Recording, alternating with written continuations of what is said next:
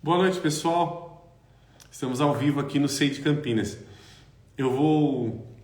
Para quem estava agora há pouco na live, a gente teve um problema, né, com a internet. Espero que tenha melhorado agora. Espero que tenha passado o problema da internet. Então, por favor, me avisem. Eu vou fazer as introduções que eu tinha feito porque eu não pude melhorou. Foi isso mesmo. Bom, então vou lembrar, não aceitar mais convite. Agora voltou. Bom, eu vou ter que fazer uma introdução novamente, tá, pessoal? Eu vou tentar ser um pouco rápido aqui para não tomar muito do tempo, porque eu vou ter que encurtar a live em meia hora agora. A gente perdeu uma hora, perdeu meia hora de live. Bom, pessoal, quem já conhece aqui o Devaneios, nós estamos localizados fisicamente aqui no SEI de Campinas, na rua Doutor Quirino 1856, é a nossa casinha, aqui no Café Dialógico, Espaço Marco do Vale. O Espaço Marco do Vale, que inclusive, ele... Agora tá ótimo, que bom. Ele é uma exposição cultural, aqui tem toda uma exposição cultural, tem uma mostra, inclusive, agora, que acabei de postar de audiovisual, que está acontecendo aqui, do Cosmo da Natureza. É bem bacana, quem quiser aqui conhecer... Aqui, inclusive, tem estacionamento próprio, viu? Quem quiser conhecer tem estacionamento, não precisa deixar o carro na rua, não. E, lembrando a nossa parceria com a Editora Vozes, hoje tem um livro aqui em recomendação da Vera Macedo, Sonhos, Conexão com o seu Oráculo Interior. Este livro aqui que vai falar um pouquinho sobre interpretação dos sonhos na psicologia analítica, o modelo freudiano, o modelo de Jung. Então é um livro bastante esmiuçado, e quem conhece a Vera sabe que a Vera é uma das curadoras da Casa das Palmeiras, né? Fundação da Casa das Palmeiras, e também amiga íntima do professor Walter Boechat. Lembrando também, tá, pessoal, que quem participa ativamente das lives vai concorrer num sorteio desta camisa da Tomier, que é em homenagem às lives que nós fizemos sobre Junji Ito a respeito de Uzumaki. O Tomie é um outro outro mangá deste mangaka famoso que é o Junji Ito. Bom, falando sobre isso e também lembrando que então na meia hora que passou a gente tinha combinado que faremos em breve um cine Devaneios. Hoje nós estamos falando sobre semelhanças nas diferenças. Bom, eu tinha falado um pouco, da história do Chesterton, mas eu vou fazer um pouquinho diferente agora que a gente está com um tempo de live um pouco mais reduzido. Como assim semelhanças nas diferenças? Como assim? O que você quer dizer com isso? Ou melhor, o que você está indicando nisso? É uma pergunta que a gente tem que ali, para conseguir acolhê-la de alguma maneira, nós não conseguiremos acolhê-la sem imaginação. Por quê?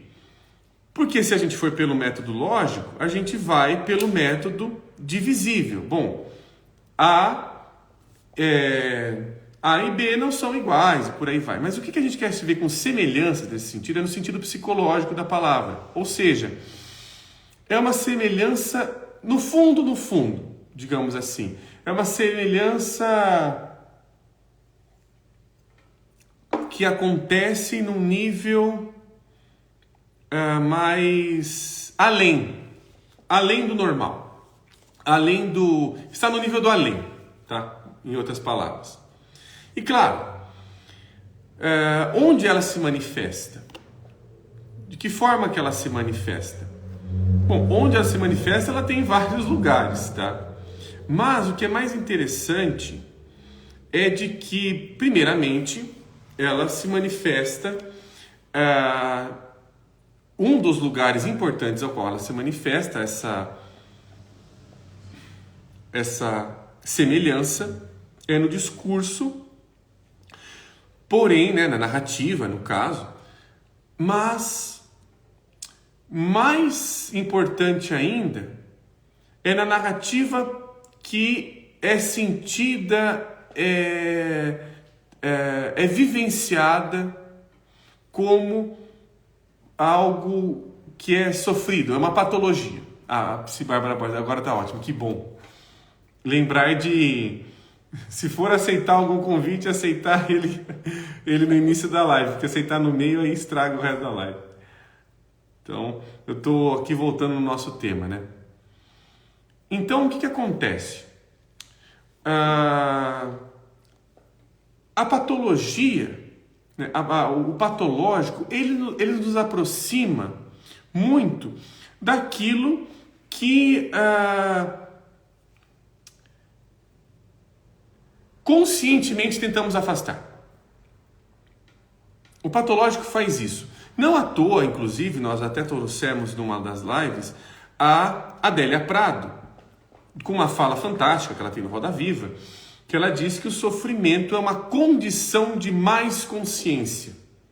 Mais consciência sobre o quê? Sobre o que sou e não sei. De uma certa maneira, todos os mitos, de alguma maneira, vão trazer essa temática. Um dos mitos mais conhecidos, difundido, que fala sobre isso, que você é e não sabe, é o mito de Édipo. Você era tudo aquilo e não sabia. Então, o que acaba acontecendo é que o que em nós sofre é o que em nós é constantemente tratado com muita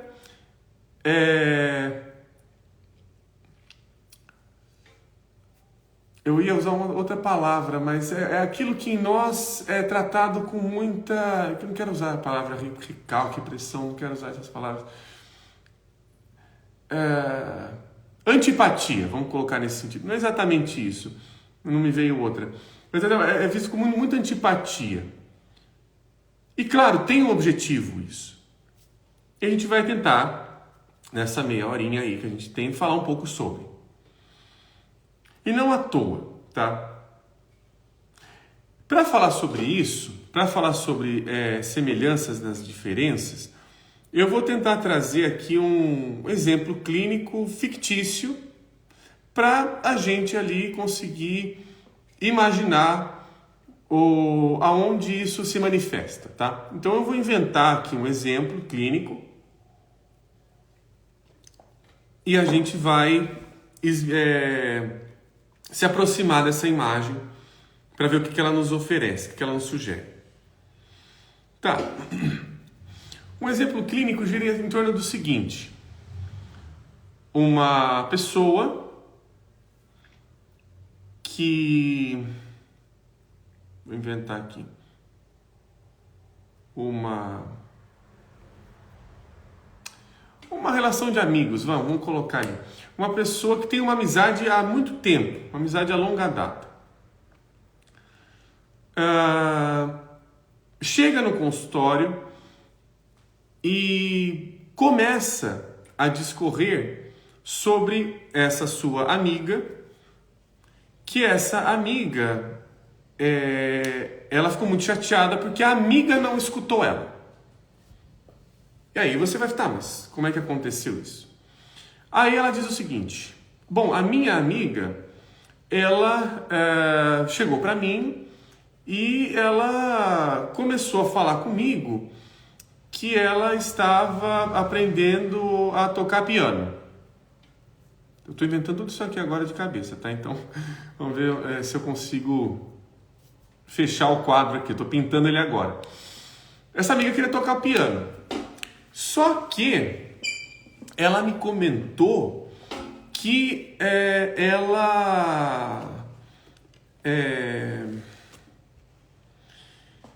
tem dificuldades de aprender piano com a professora, porque a professora ali de piano dela é muito exigente.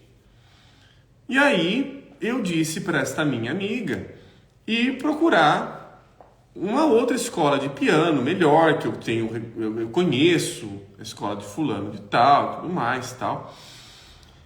E essa amiga, ela começou a me tratar de uma maneira estranha. Ela começou a ficar um pouco mais distante depois que eu comecei ali a indicar a escola para ela. Inclusive, eu me preocupei tanto com ela durante a semana que eu fiquei perguntando para ela se ela já tinha procurado a escola, que eu passei o telefone da escola. Eu falei, olha, você vai lá procurando a escola? Ah, vai lá, faz... Ela começou a ficar mais distante. Eu fiquei, olha, estou tentando te ajudar, por que você não está me escutando? Você veio para mim querendo ajuda e você simplesmente está negligenciando a minha ajuda? Por quê? E ela chega no consultório com essa narrativa. Pois bem, vai lá, conversa, tal. Esse tema fica girando a consulta há bastante tempo. A amiga que não a escuta.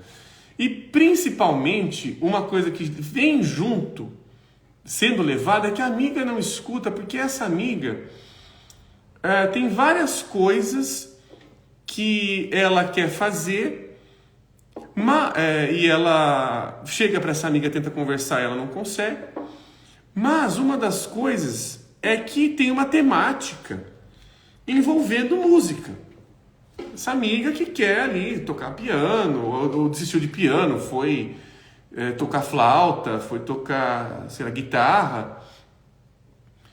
E ela constantemente fica reclamando dessa amiga.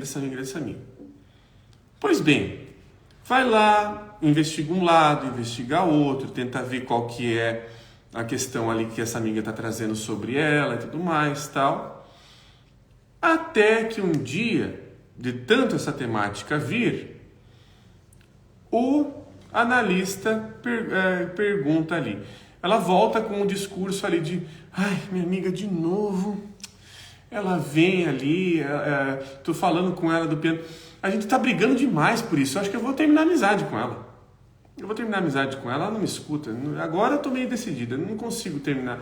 Apesar de, olha, eu vou sofrer, porque a gente já é amiga há muito tempo, a gente é amiga desde criança, a gente tá juntas aqui, a gente como somos irmãs, somos grandes irmãs. Mas ela não me escuta, eu não sei o que tá acontecendo, ultimamente não vai. Aí, de tanto ali investigar, né, de tanto rodar na rodinha, o analista chega para ela uma hora e pergunta, ok, eu não te perguntei, né, fulana, deixa eu fazer uma pergunta aqui para você. Você fala, né, dessa amiga sua que tá ali, né, querendo aprender piano e não consegue, né, ou querendo aprender algum instrumento musical e não consegue. Você tem vontade de tocar algum instrumento? Aí ela para e fala, olha, eu já tive. Só que aquela pausa meio tchecoviana chama a atenção do analista. Opa, né? Para quem assistiu o Método Perigoso, 3 segundos é uma regrinha de que tocou em algum complexo. Opa, toquei em algum lugar aqui. Ela demorou para responder, ela não respondeu logo, já de bate pronto. Ou seja, quando você faz uma pergunta que está direcionado, que pega no alvo, digamos assim, que toca na ferida, essa parada é uma parada que a própria psique está sendo ativada. Essa parada é, de alguma maneira, alguma coisa que está em reflexão. Olhou para si de volta, mas o que acontece é que muitas vezes a reflexão não é sustentada. Aí, fulana, você gosta? Você tem vontade? Não, olha, eu já tive. Mas como assim já tive? Você não tem mais vontade de tocar um instrumento? De, sei lá, se interessar por música? Então, o que acontece? Quando eu era jovem, eu e essa minha amiga, a gente começou a aprender, sei lá, harpa, inventando instrumento aqui, juntas. E a gente se deu muito bem. A gente era amiga desde criança. Aí, quando eu cheguei em casa, E eu cheguei toda feliz, porque eu tinha amado sobre tocar harpa. Eu cheguei em casa e falei, mãe, eu quero tocar harpa. Naquele dia, minha mãe virou para ela e falou assim, olha filha, esquece porque a gente não tem dinheiro para comprar harpa e a gente não vai comprar harpa, então deixa para lá. E todas as vezes que a minha amiga toca nesse lugar, ela toca nisso. Ela toca nessa ferida. Então, o que é diferente de nós, geralmente, tem uma fala do Hillman que é bastante fantástica em relação a isso. O Hillman tem uma fala que eu acho que é no Mito da Análise. Eu acho que é no Mito da Análise que ele fala isso. Que ele diz que, estou tentando pegar a referência, mas eu acho que é essa, que a flecha de Eros, ela atinge uma ferida que já existia. Se a gente for imaginar que ali Eros é essa vitalidade, é aquilo que incendeia, encandece, aflorece a nossa imaginação, Eros não está distante, pelo contrário, ele está encontrado em uma ferida. Só que é quando é tocada nessa ferida que é tocado na imaginação. Então, para ela, era muito importante esse lugar. Quando nós tocamos mesmo em uma ferida, em nós estamos tocando num lugar que nos é estranho. E ao mesmo tempo, olha que lindo, eu até separei uma parte aqui, olha que parte bonita que eu separei aqui pra gente aqui refletir. Tá ok, pessoal, a internet? Tá dando que a internet tá com algum problema? Tá tudo certo aí? Não tá dando problema mais? Então, por favor, me avisem. Aqui, tem um comentário da Enila. Nossos papos são guiados pelo invisível até as armadilhas que são nossas. A gente é capturado por alguma coisa que nos deforma a nossa forma de ver habitual. Por isso que o amor é sentido de muitas vezes como algo tão angustiante, porque ele é deformador, muito mais do que formador, né? Talvez a gente chegue ainda a um ponto, porque está muito na moda falar, né, de relacionamento tóxico e tudo mais e tal, mas como brilhantemente o professor Hébio, que estuda sobre isso, que se debruça sobre esses relacionamentos tóxicos, percebeu, tem alguma coisa que faz elo ali. Esse elo é exatamente o que nos interessa. E eu tenho aqui alguns grifos que eu guardei para a gente falar sobre isso. Olha que interessante, através de falar sobre essa ferida.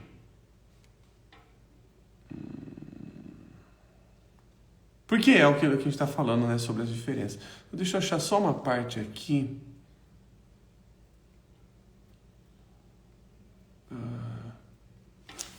Acho que é só dessa daqui, deixa eu ver se é aqui. É isso aqui mesmo, ó. Eu vou ler 2 parágrafos. Um parágrafo praticamente inteiro e o outro...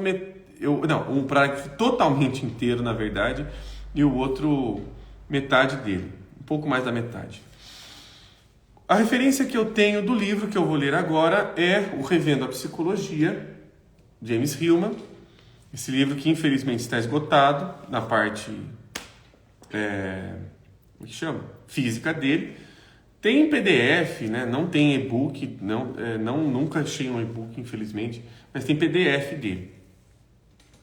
Aí, espalhado pela internet tem em algum lugar. Talvez no doceiro, quem tiver interesse, porque se encontrar um exemplar desse é caro pra caramba. Então, é na página 230 deste livro que eu tenho da edição da editora Vozes. Ele diz o seguinte, no meio do último parágrafo da 230 e continua na 231. O patologizar não é apenas uma linguagem metafórica, mas um modo de tradução. Olha que interessante, o modo de tradução é um modo de trazer isso para o meu conhecimento sobre mim. Eu entendo essa forma que ele está trazendo, essa tradução, de que isso me afeta. Isso verdadeiramente me afeta. E olha como ele é radical aqui, o Hillman. O patologizar é um modo de tradução. Um meio de tornar algo literalmente conhecido. Em outras palavras, né, o que a gente fala, somatizado até mesmo, comum e trivial. Como as patologias da vida cotidiana, em algo desconhecido e profundo. Olha que interessante aqui, ele fazendo um caminho de ver... quer ver, ó?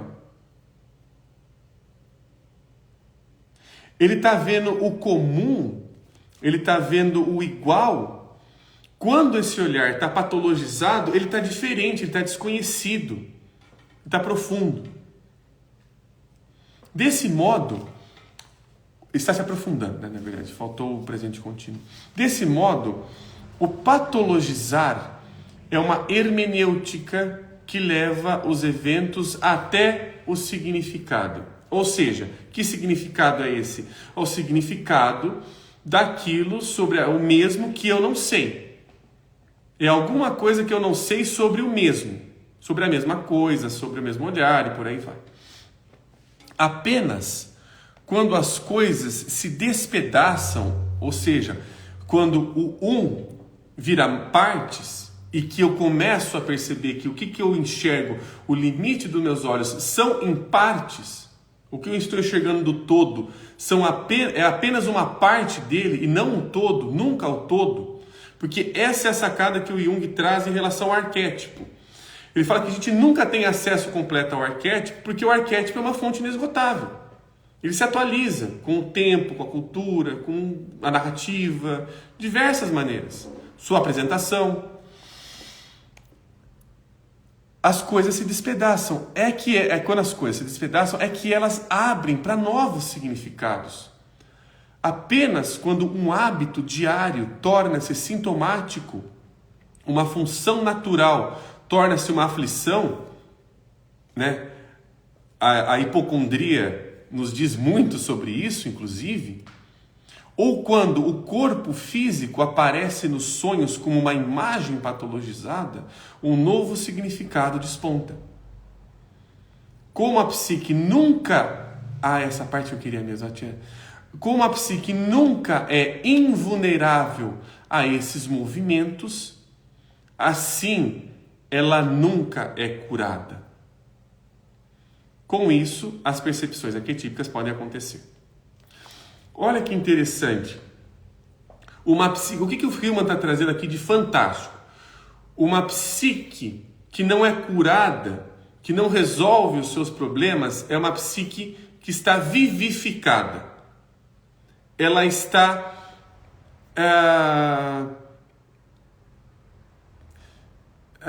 mais porosa, digamos assim. Ela está mais aberta ao diferente, e inclusive aos efeitos que, isso aqui me atingiu, eu não tinha reparado nisso. Ela está mais interessada sobre os eventos que estão acontecendo dentro de mim, e que não são escolhas minhas, e que não são até mesmo, se a gente for colocar de uma outra maneira, causas. Não é uma causa, não é uma relação de causa e efeito. Existe um diferente em mim porque foi uma época que foi conhecido antes. Esse é um trunfo do Jung, ao meu ver. Porque a narrativa do Freud é de que o inconsciente, em algum momento, em alguma instância, ele foi antes consciente. O Jung vai dizer que o inconsciente pode continuar inconsciente sempre. O inconsciente é uma fonte inesgotável de possibilidades. Em mim, nos outros, na vida, tudo que quer que seja. Então ele não é passível de ser conhecido nunca. A gente conhece a parte dele. A parte que ele digamos assim, tem uma semelhança conosco, que eu não sei. Se alguma coisa é inconsciente nesse sentido que nós estamos trazendo, ela tem a ver comigo, mas até então eu não estou sabendo, não estou atinando o que ela está a ver comigo. No exemplo que eu citei ali das amigas, a amiga estava trazendo o quê? Agora dá para a gente olhar para o exemplo novamente. Estava trazendo que quando esta amiga falava sobre a questão ali dela ter dificuldades em aprender a tocar, ela tocava nessa semelhança da outra amiga que se sentia quase que no dever moral de terminar o relacionamento de amizade que elas tinham. Olha que coisa, só que o que ela estava fazendo com isso era retirando exatamente o ponto vital psicológico que tem a ver totalmente com ela. Entrou exatamente no complexo dela. Entrou e feriu. Entrou e machucou. Mas falou intimamente com ela. Então é por isso que uma análise, ela não vai chegar falando, olha, você tem que terminar o seu relacionamento.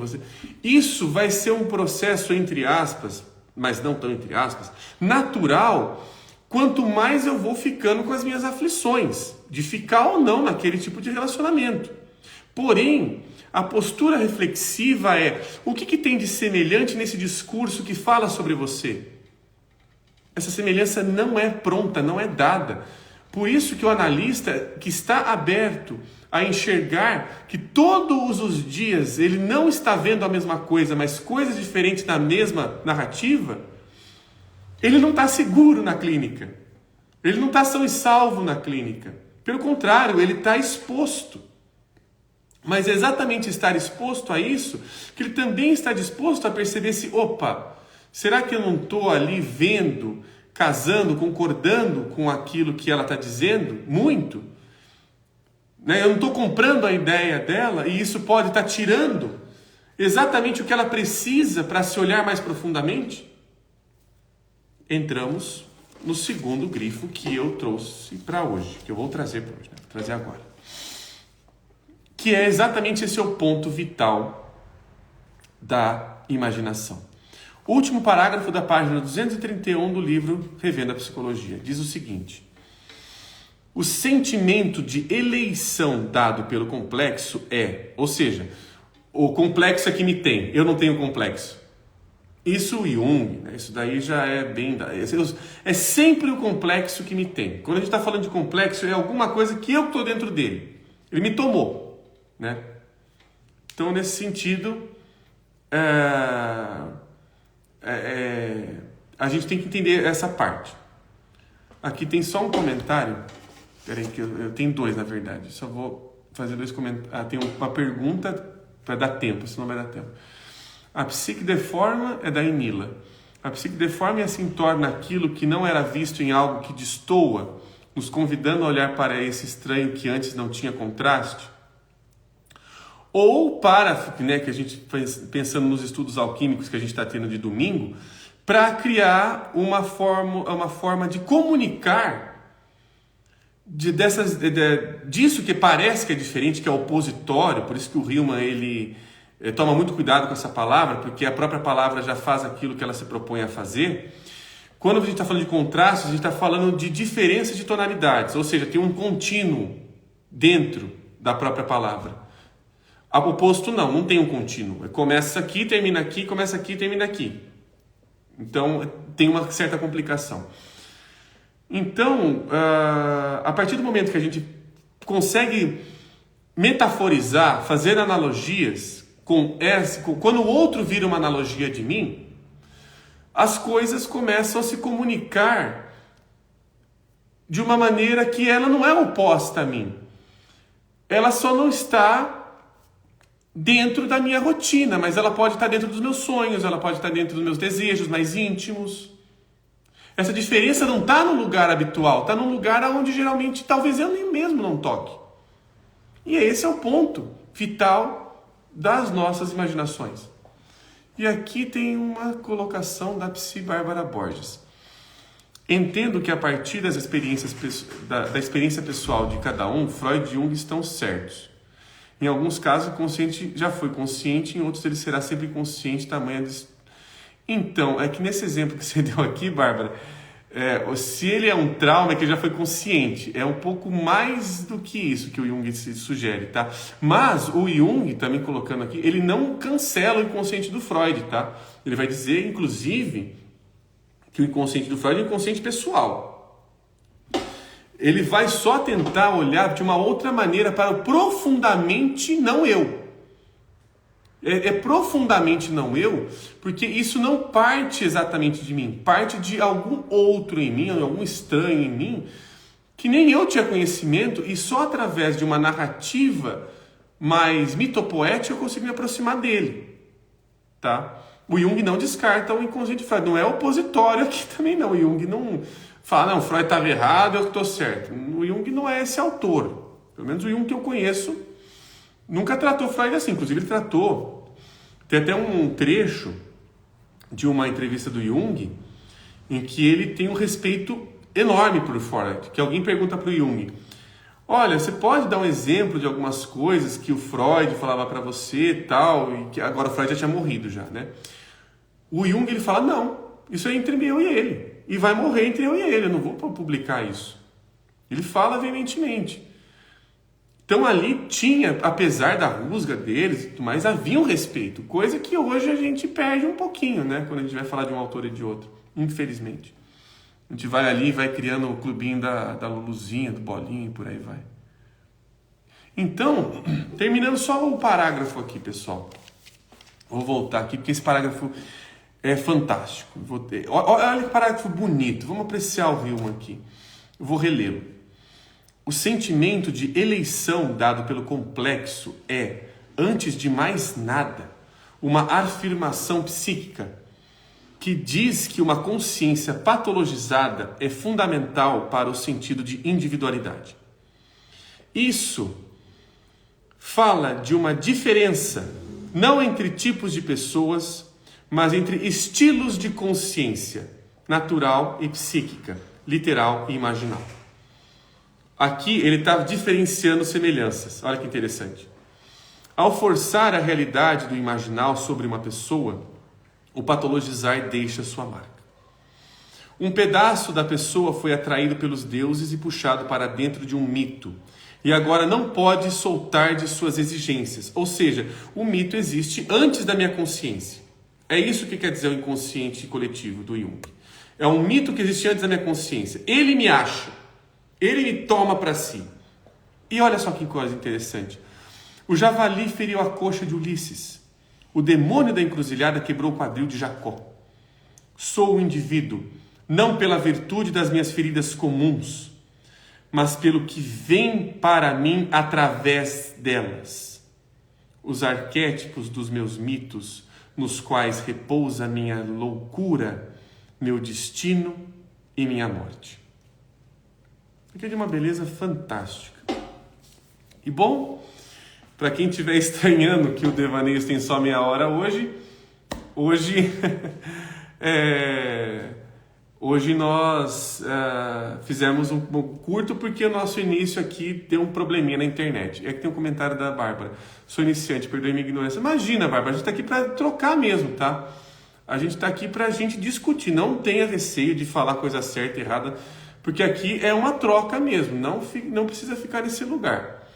Entendo que Jung complementa Freud. Não é que ele complementa, o Jung é diferente de Freud em relação a várias coisas, tá? A questão de arquétipo, ela não existe na psicanálise que vem da vertente freudiana, ela tem outra narrativa. O que a gente tem com o Jung é uma abertura a uma fala mítica sobre o inconsciente, ou seja, uma fala... O que é uma fala mítica? O que é um discurso mítico? Por imagens. O Jung, ele radicaliza um pouco mais, não vou dizer menos ou mais, nesse sentido que é até uma palavra um pouco problemática, mas o Jung, ele percebe que é mais tocante quando ele se aproxima de uma narrativa que realmente leva a sério que aquela fantasia é real. Então ele tenta se aproximar linguisticamente daquela fantasia. Em alguns momentos ele consegue brilhantemente, em outros ele se afasta. Então ele também tem os seus reveses como autor, como todos nós temos, como todos os autores têm, que é inclusive que vai dando a continuidade empolgante da gente continuar vendo as diferenças aí. É o que nos empolga. Imagina se a gente encontra o autor perfeito, a gente não tem mais o que falar de psicologia. Beleza, só ler o cara, pronto, a gente está aí resolvido, acabou. Então eu entendo a sua posição e que bom que você está participando aqui conosco, viu, Bárbara? Que bom que você gostou. E bom, estamos no final da live já, né, pessoal? E esta camisa aqui, ela vai ser sorteada apenas, a camisa da Tomier, para quem participa ao vivo das lives no Instagram. Hoje eu vou falar mais 2 nomes. Se um dos nomes não estiver presente aqui na live, então ele não vai participar do sorteio. Primeiro nome, Nina Taboada. Se a Nina estiver online, ela participa do sorteio. Segundo nome, Valéria Valde Andrade. São os 2 perfis. Então vão ser 4 perfis por enquanto, que estão participando das lives frequentemente. Nina, se você estiver online, estiver ali disposta, apta a participar do sorteio, dê um ok aqui e depois, por favor, me dá um ok no Messenger, só para confirmar, para deixar anotado. E, por favor, a Valéria também, se a Valéria estiver online. Então, a Nina está ok. A Nina está participando do sorteio, então temos 3 participantes e a Valéria também. Temos 4. Perfeito. Então, mais 2 nomes. Próximo Devaneios no Café, mais 2 nomes. E muitíssimo obrigado, viu, pessoal? Valéria, por favor, também me manda um ok no direct para só colocar seu nomezinho na lista. Já tem o nome do Vitor, da Fá Regina, Valéria e Nina. Então, pessoal, muitíssimo obrigado a todos essa maravilhoso encontro que nós temos de quarta-feira. Lembrando que nossos encontros sempre começam ali por volta das 7h30, toda quarta-feira. E nos vemos na semana que vem. Até lá, pessoal!